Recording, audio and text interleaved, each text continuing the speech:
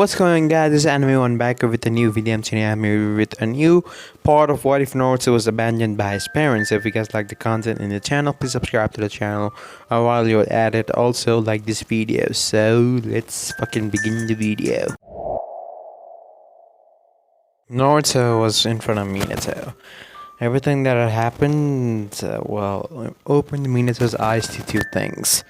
Naruto was not normal, even among the Supreme Kings. Minato was in front of Shisui.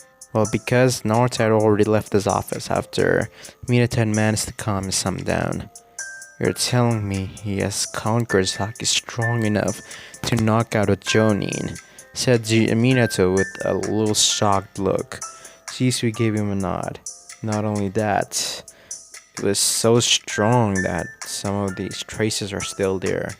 The other one, his chakra level was of high joining, so he managed to not get knocked out, but he was still wobbly on his feet.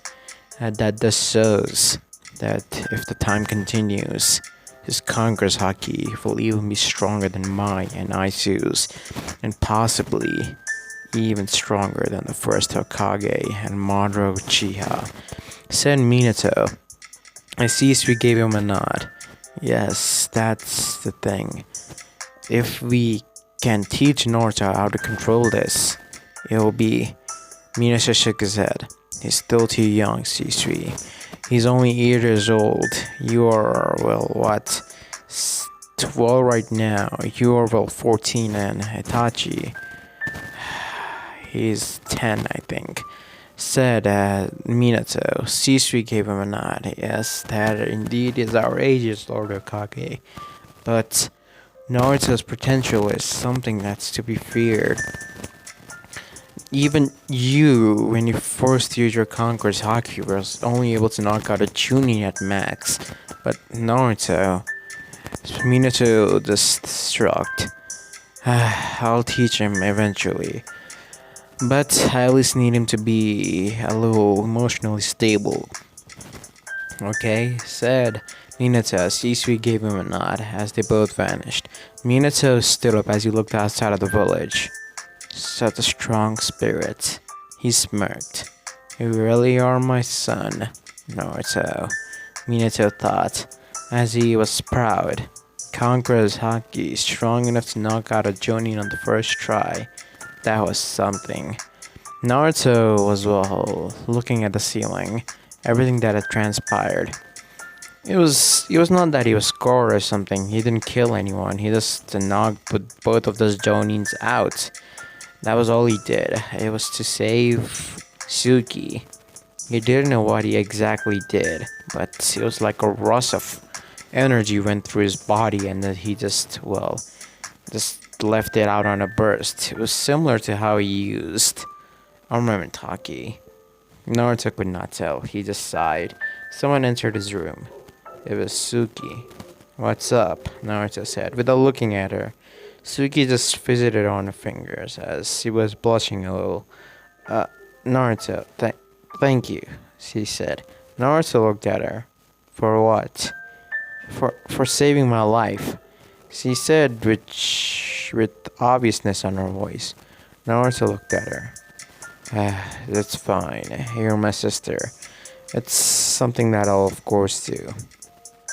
He stood up as he went towards her. I know what happened has scared you, but remember this, Suki. No matter how tough the situation gets, even if I have to destroy the world, I will protect you. Do you understand? He said. She looked up at him with awe. She gave him a nod.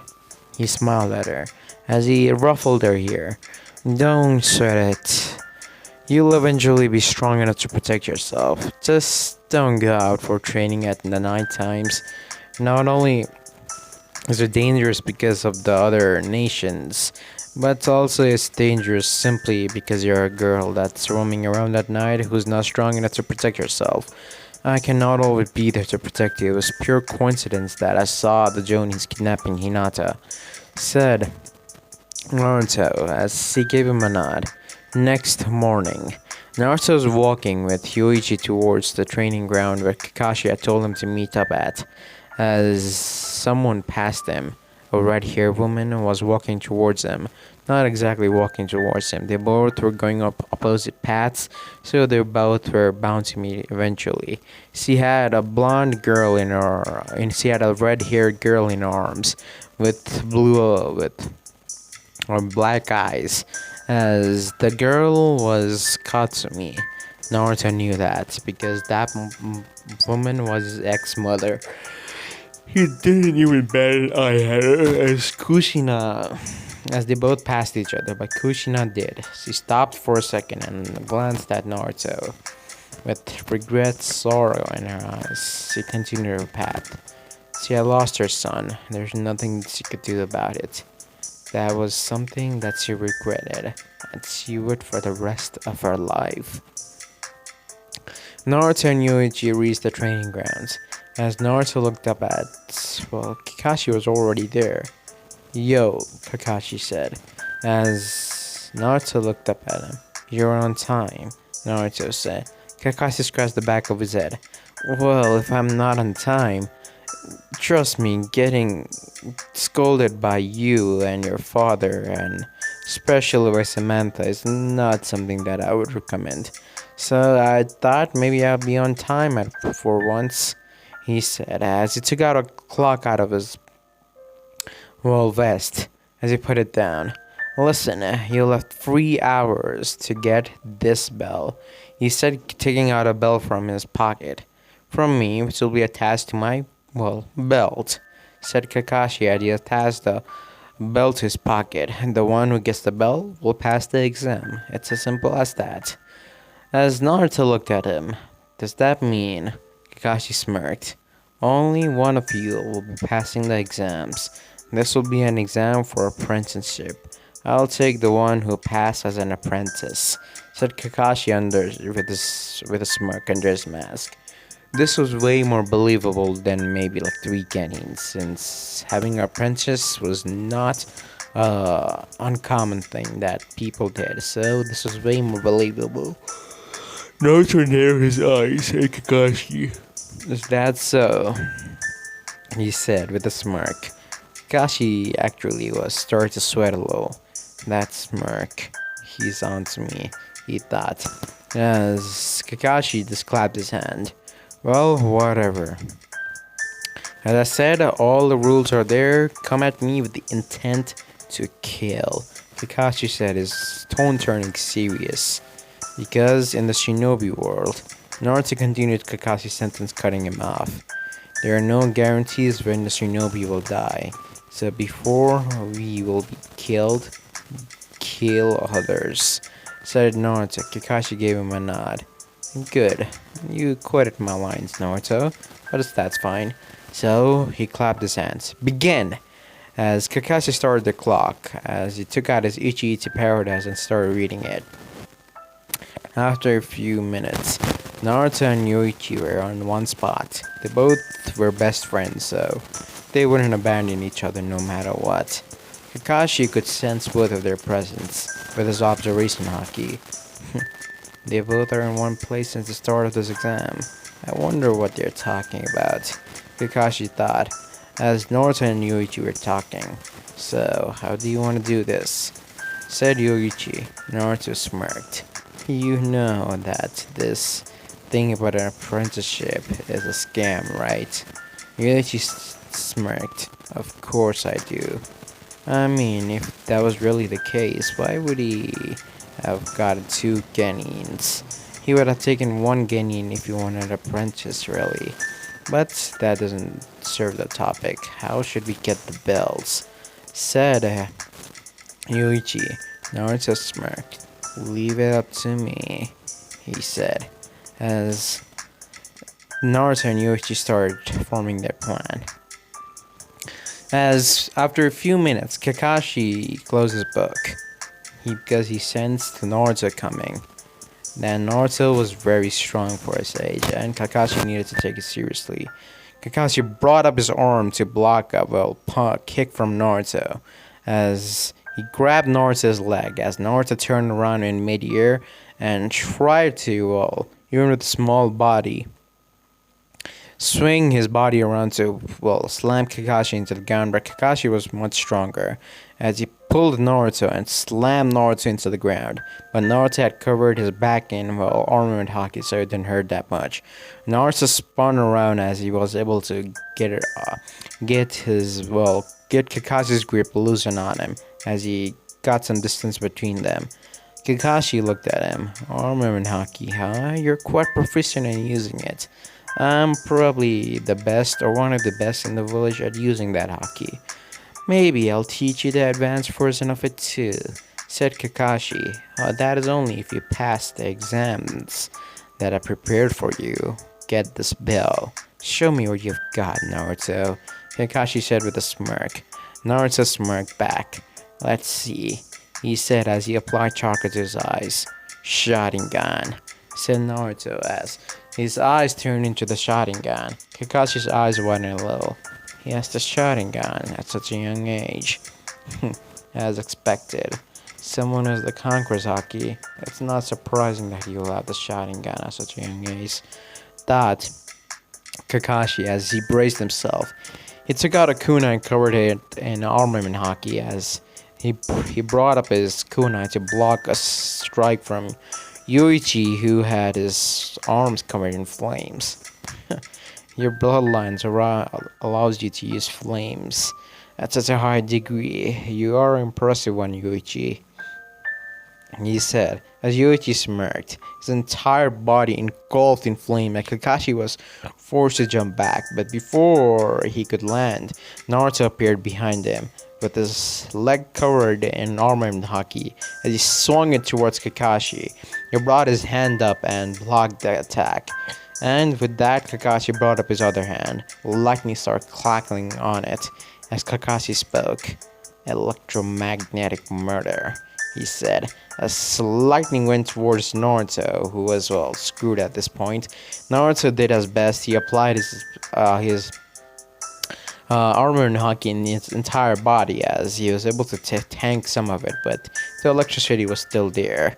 But before Kakashi could go for their finishing blow towards Naruto, a flame wall appeared in front of Naruto, which forced Kakashi to jump back as Yoichi landed beside Naruto.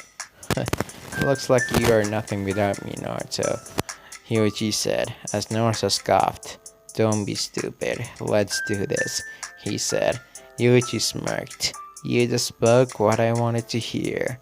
They both left off in speed that was unnatural for Genins, at least for 8-year-old boys, as they both rushed towards Kakashi, who was embracing himself, because he knew that he had to go, at least he had to try a little. Yoichi and Naruto were battling Kakashi in the Taijutsu battle, turn by turn. And in that time, Kakashi didn't notice something because he was so engaged. But a slight bit of flame, had managed to cut off the belts from Kakashi's belt. And Naruto had managed to grab it, without Kakashi knowing it. Because Kakashi wasn't using his observation haki, he simply thought that, his normal experience as a shinobi would be enough to handle these two brats.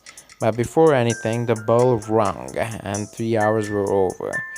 Yoichi and Naruto were, laying down on the ground, exhausted completely, as Kakashi was, fine with bruises here and there. Kakashi looked at both of them. You both pass. Surprisingly, you took the belt from me without even me noticing, until now, that is. He's still looking at his belt, as Naruto took out the bell. We work together, you bastard, Naruto said. Kakashi's sweat dropped. Even and he's so tired, he's cursing at me, he thought, as Kakashi lifted up his finger. Very well, both of you pass. But from today, we are Team 7, Kakashi said, giving them a thumbs up, as Yoichi and Naruto got up. To be expected from both of us, they both said. A few months went on, as they both went on D rank, C rank missions. But today was a day where they were gonna go on a B rank mission. And the Chunin exam was gonna be held in 1 month. But today, this mission would change Naruto's life. Naruto and Yoichi and Kakashi were going on a mission. They were protecting one of the, well, clients that they're hired to protect, as this was only a B rank mission. Kakashi thought that his team was more than enough to handle it, so was Minato, so they were doing it. But in a distance, a swirling vortex opened up to reveal an orange masked man with a katana strapped to his waist. He had long raven hair flowing in the air. His single shotgun looked at his target, the man that the team was protecting. He has the nine-tailed Jinchuriki with him, huh? If I capture him right now, things won't go according to the plan. But whatever.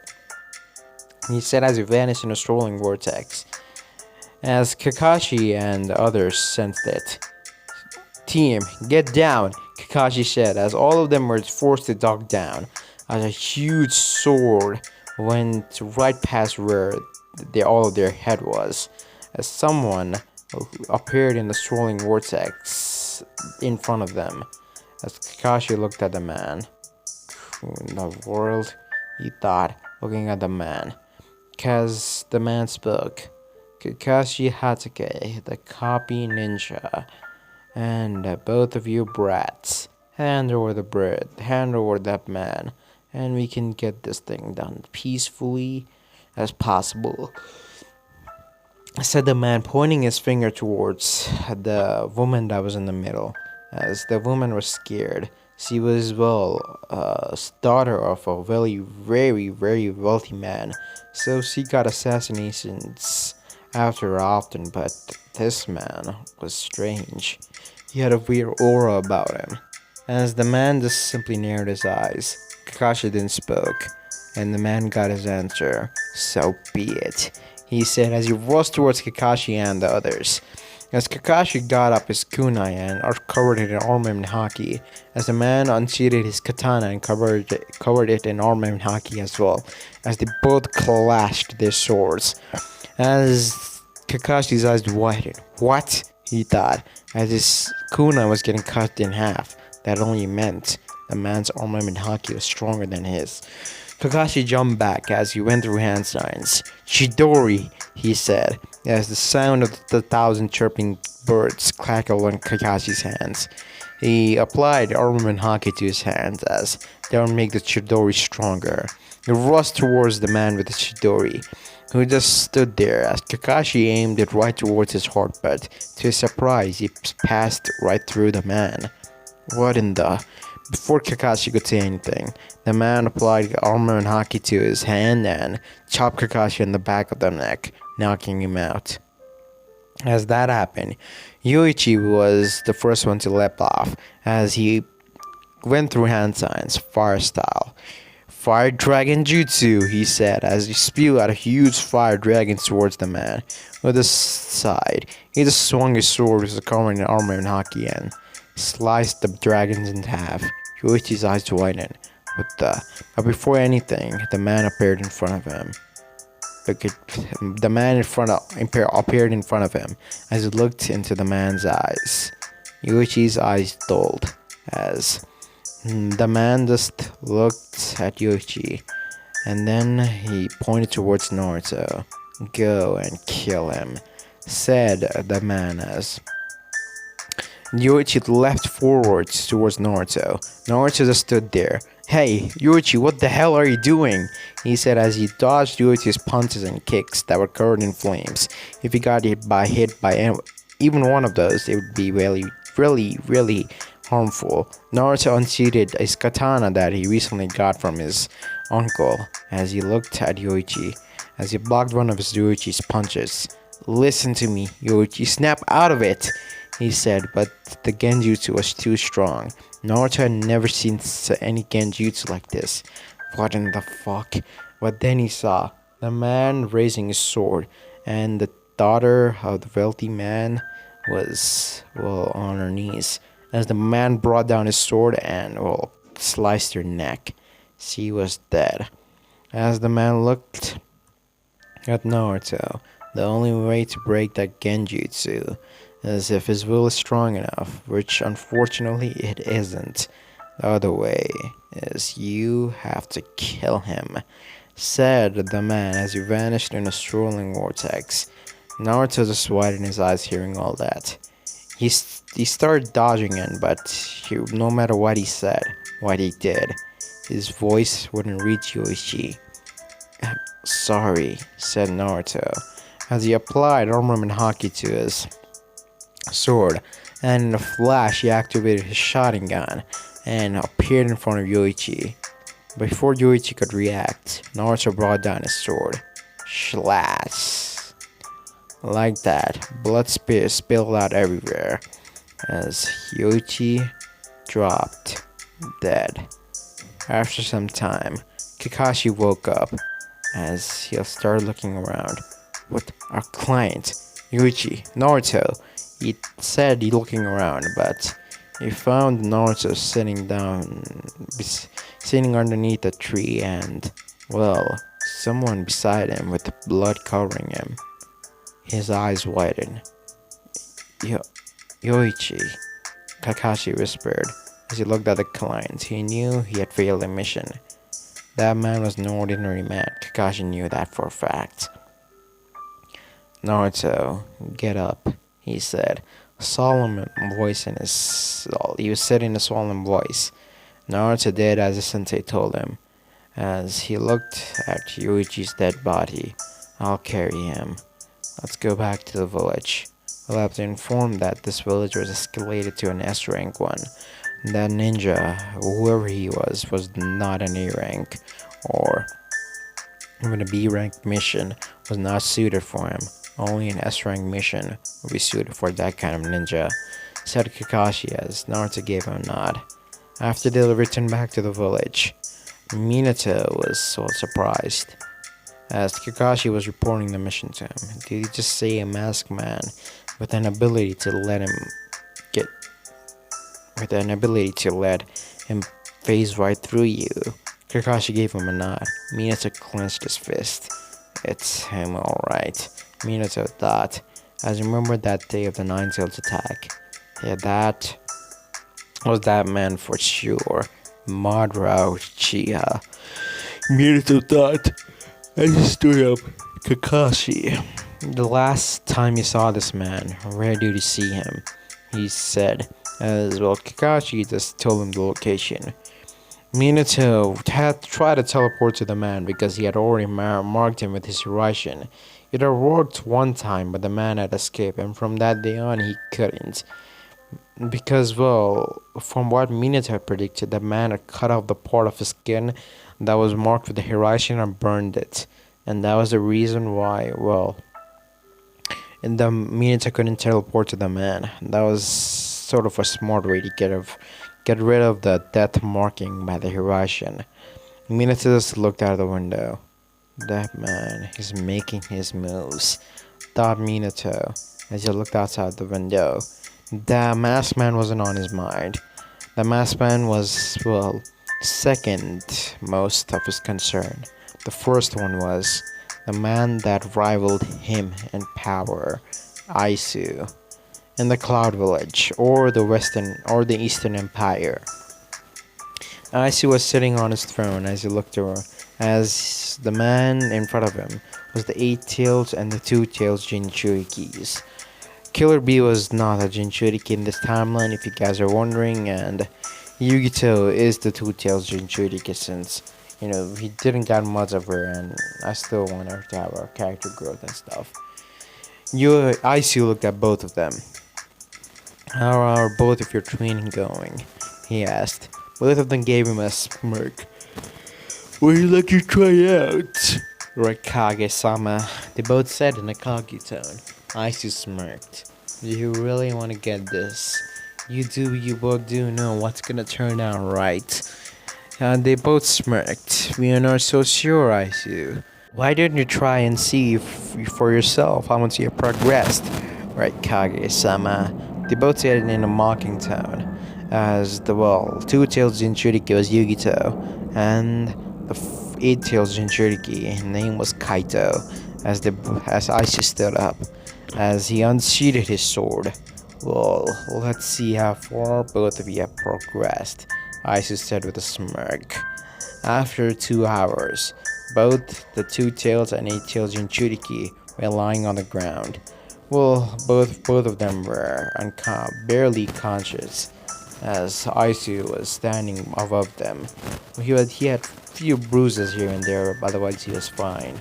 He looked at both of them, looking down. Ah, you both have gotten stronger, that's for sure. But if you want to conquer Konoha and the Sand Alliance, this won't be enough. You have to get stronger, said Isu as both of them nodded. Your hockey, you have to improve it. Let me tell you, Jinchurikis are stronger, but hockey is what is more important than even a Jinchuriki.